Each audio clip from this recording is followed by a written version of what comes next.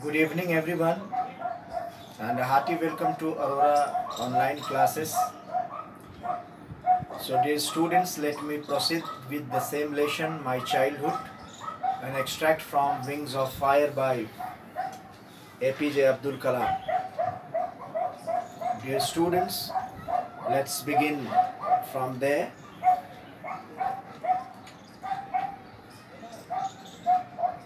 One day, when I was in 5th standard at the Rameswaram Elementary School, a new teacher came to our class.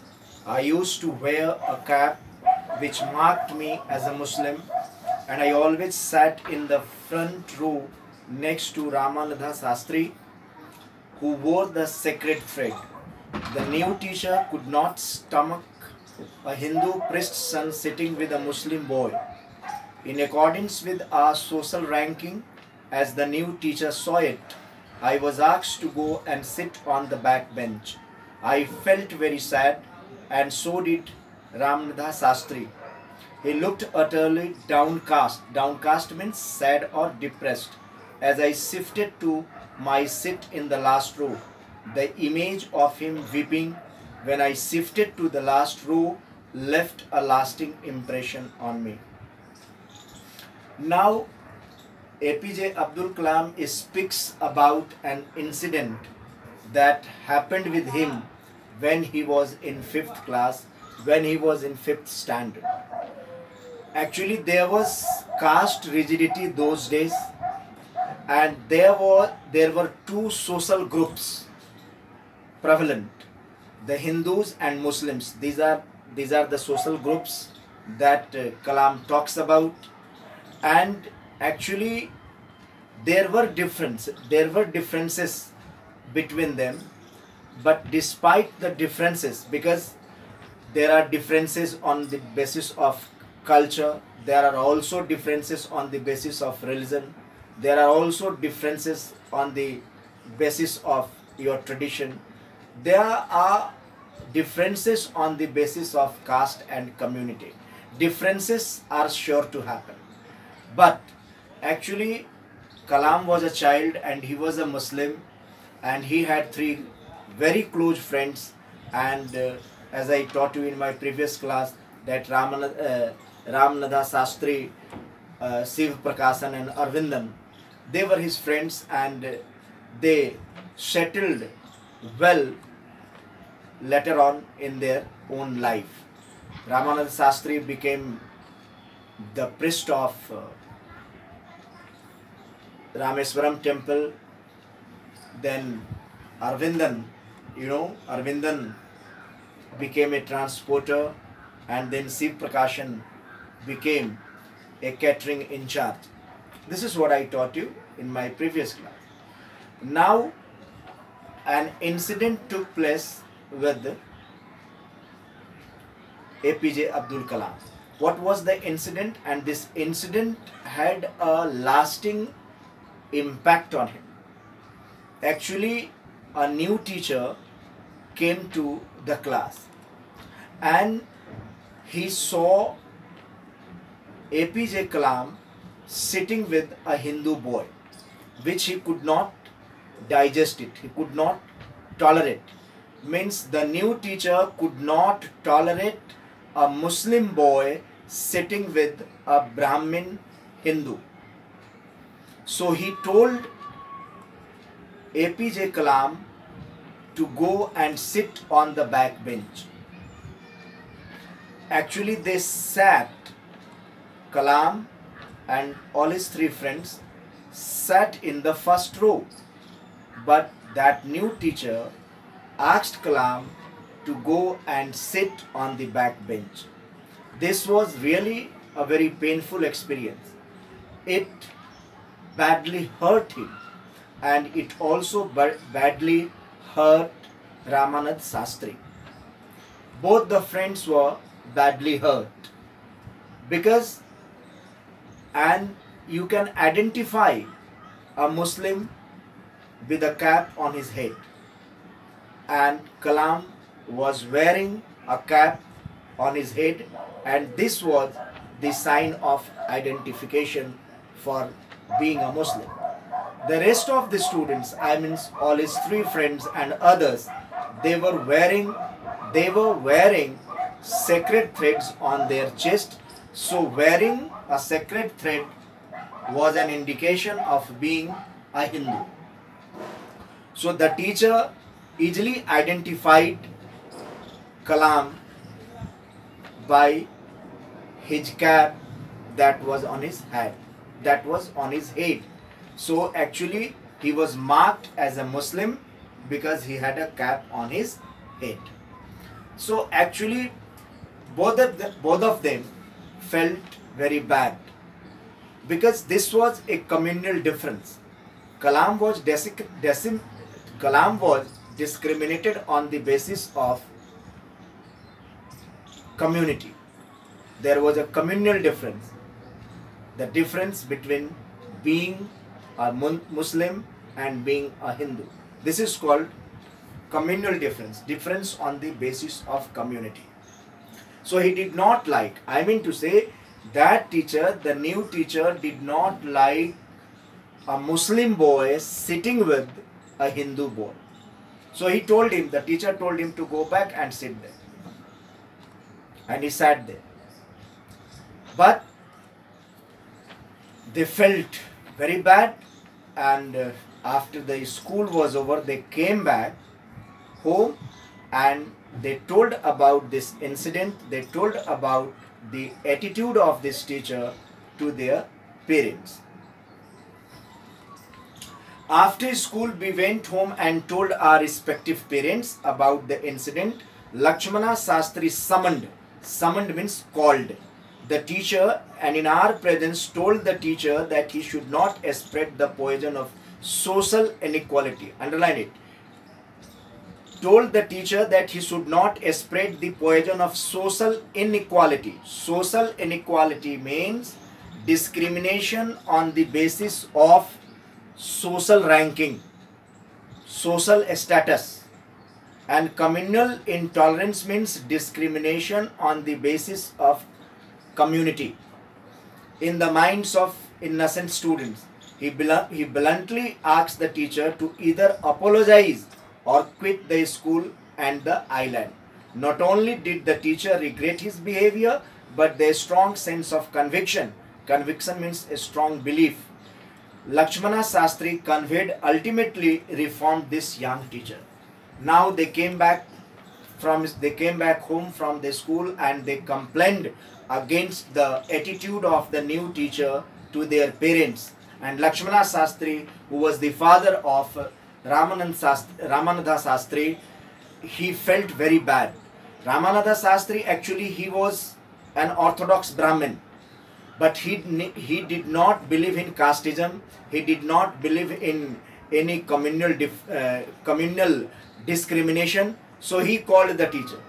He felt very bad. Lakshmana Sastri felt very bad and he called the teacher. And in presence of those boys, he told the teacher, he scolded the teacher that you should not do such a thing. You should not poison, you should not spread the poison of social and communal difference. You don't have any right to judge anyone on the basis of being a Hindu and being a Muslim. Whatever you have done a very wrong thing. You should not say like that. You should not discriminate. You should not discriminate on the basis of community and on the basis of caste. We know that we are Hindus. We know that they are Muslims, but both the Muslims and Hindus are living together. And you are spreading the poison. You are spreading the poison of the social discrimination. Who has given you the right to do so? So Lakshmana Sastri felt very bad. He scolded the teacher, and the teacher realized his mistake. He regretted his behavior. The teacher felt sorry for it. So it is clear from his statement. It is clear from this act of Lakshmana Sastri that he was a Brahmin. He was a noble Brahmin, and he did not believe in casteism. He did not believe in any kind of discrimination on the basis of religion and on the basis of community. He was against it. and thus he reformed the teacher. And the teacher regretted his behavior. The teacher felt sorry for his behavior. He told the teacher, either you should apologize to these boys, you should seek pardon from these boys, or just quit the school forever and quit this island also. Now 8. On the whole, the small society of Rameswaram was very rigid in terms of the segregation of different social groups. Rameswaram had a small society, and people belonging to different societies, especially Hindus and Muslims, these are the two social groups, they were living there, and they were very rigid in their customs. They followed their customs in a proper way. They followed their customs and rituals, religious rituals, very strictly. That is why the word rigid is there. And however, my science teacher Siva Subramaniam Iyer, though an orthodox Brahmin with a very conservative wife. Conservative means one who is traditional, one who is orthodox, isn't it? So though an orthodox Brahmin with a very conservative wife was something of a rebel. Rebel means in opposition to something. One who protests. He did his best to break social barriers so that people from varying backgrounds could mingle, mix up. He used to spend hours with me and would say, Kalam, I want you to develop so that you are on par. On par means equal to or at the same level with the highly educated people of the big cities. Now he gives us another example, another instance of another incident. And this was the incident. He had a very loving teacher, Siva Subramania Iyer. Siva Subramania Iyer was also an orthodox Brahmin. His wife was a very conservative lady. She was a Brahmin. Siva Subramaniam Iyer did not believe in casteism. He did not believe in communalism. He did not believe in any communal discrimination. He was against the concept of communal differences. Though he was a Brahmin, he followed his rules and regulations. He followed the rules and regulations. He followed the norms of Brahmin very strictly. But he did not believe in all these things. He did not believe in casteism. He was against it. He did not believe in communalism. He did not believe in the differences between Hindu and Muslim. See, people belonging to different religions, different cultures, different sects, different traditions, speaking different languages, following different religions and faiths, they are having differences among them, but they were living in harmony. They were living together peacefully. So this is clear that he was against communalism, and he was very fond of Kalam. That science teacher Subramaniam Iyer used to spend plenty of time with Kalam. He liked Kalam very much, and he wanted Kalam to be highly educated. He wanted Kalam to progress and prosper in life. He wanted Kalam to be educated so that he could be at on par, or he could be able to adjust himself to the educated people of the city. So I mean to say, Iyer was fond of Kalam. He was a well-wisher. He was a secular person. He had respect for all religions. He never discriminated Kalam on the basis of his Muslim community. He was against it. He loved him very much. One day he invited me to his home for a meal. His wife was horrified at the idea of a Muslim boy being invited to dine in her ritually pure kitchen. Her kitchen was ritually pure. She refused to serve me in her kitchen. Siva Subramaniam Iyer was not perturbed. Perturbed means worried. Nor did he get angry with his wife, but instead served me with his own hands and sat down beside me to eat his meal. His wife watched us from behind the kitchen door. I wondered whether she had observed any difference in the way I ate rice, drank water, and cleaned the floor after the meal. When I was leaving his house, Subramanya Iyer invited me to join him dinner again the next weekend. Observing my hesitation, he told me not to get upset, saying, once you decide to change the system, such problems have to be confronted. Confronted means faced or tackled. When I visited his house the next week, Subramanya Iyer's wife took me inside her kitchen and served me food with her own hands.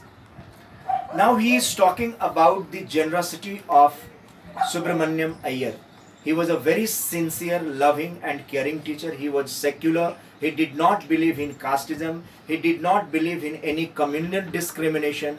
He loved Kalam the most. And once Subramanyam Iyer, his science teacher, he was a man of great wisdom. So once Subramanyam Iyer invited Kalam for meal at his for a meal to his house, and Kalam went there to have his meal. But Subramanyam Iyer's wife refused to serve food to Kalam because Kalam was a Muslim. She did not approve a Muslim boy to have meal in her kitchen because her kitchen was purely ritually pure, and she did not want any Muslim boy to sit in the kitchen to have meal. So Subramanyam Iyer's wife refused to serve him food. Then Subramanyam Iyer did not worry. Subramanyam Iyer served himself. Subramanyam Iyer served Kalam food with his own hands and sat beside him. And when Kalam was leaving, after the meal was over, when Kalam was leaving his house, he once again asked Kalam to come to have dinner. Means once again he invited Kalam to have a meal with him, to have a lunch with him. And though Kalam was hesitant, even though his teacher Mr. Subramanyam Iyer told him not to feel upset, because you have to be very bold in this regard. Be bold and brave. You have to change the system, and in order to change the system, you will have to face lots of problems, lots of hardships in this life. But be bold and be brave, and then only and only you will be able to change the system, and you will be able to break the barriers of this society. Actually, next time when Kalam went to Iyer's house to have his meal, this time round Kalam found a change in the attitude of Iyer's wife.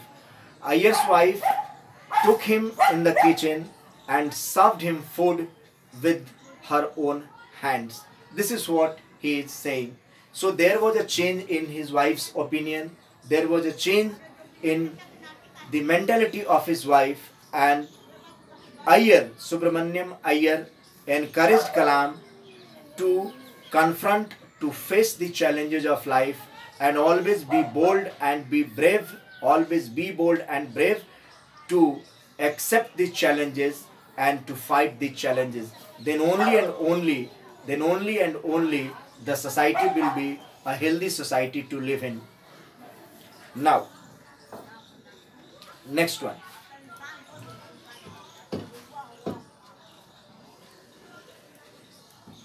Then the Second World War was over and India's freedom was imminent. Imminent means about to happen. Indians will build their own India, declared Gandhiji.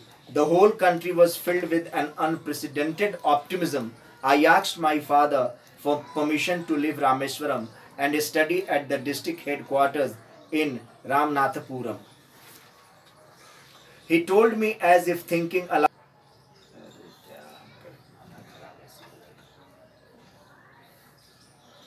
Then the Second World War was over and India's freedom was imminent. He told me as if thinking aloud, Abul, I know you have to go away to grow. Does the seagull not fly across the sun alone and without a nest? He quoted Khalil Gibran to my hesitant mother. Your children are not your children. They are the sons and daughters of life's longing for itself. They come through you, but not from you. You may give them your love, but not your thoughts, for they have their own thoughts. Now the Second World War was over. Kalam is talking about the World War II.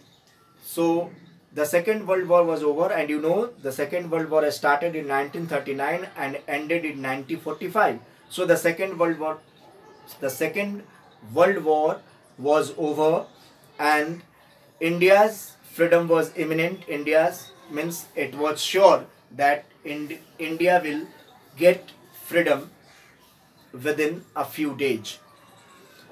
And Gandhiji declared that Indians will build their own India. This is what Gandhiji declared, that now building India is in the hands of the Indians. Building India is in the hands of the citizens of India. India will be the dream of their citizens, and the citizens are strong enough to build their own country of their choice. This is what Gandhiji declared regarding the freedom of India. And actually the whole country, the people of the country were filled of positive thought. They were filled with optimism. Means optimism means positive thought. Means they were filled with hope. They had great hope that India will get its freedom very soon. Very soon. So there was a joy among the people. There was joy and excitement among the people. And the people had a hope that India will get freedom very soon. Now at that time, now he had grown up. Kalam was a grown-up child, and that's why he came to his father, and he wanted his father to give him permission to go to Ramnathpuram for higher studies. So he came to his father to take permission to pursue his studies, to go for his higher studies at Ramnathpuram, at the district quarters in Ramnathpuram. Father became very happy, and he appreciated his request and told him that, Kalam, I can't stop you, because I know that you have to do a lot in your life, and how can I stop you? If you are determined, to do something noble in your life, if you are determined to do something great in your life, I can't stop you. So his father, Kalam's father, encouraged him, because Kalam's father was aware of the reality of life, harsh reality of life. He knew that the children have to live far from their parents. They cannot remain with their parents forever. They will have to get separated from their parents for a better life, for a better career. He knew that the children have to make their better career.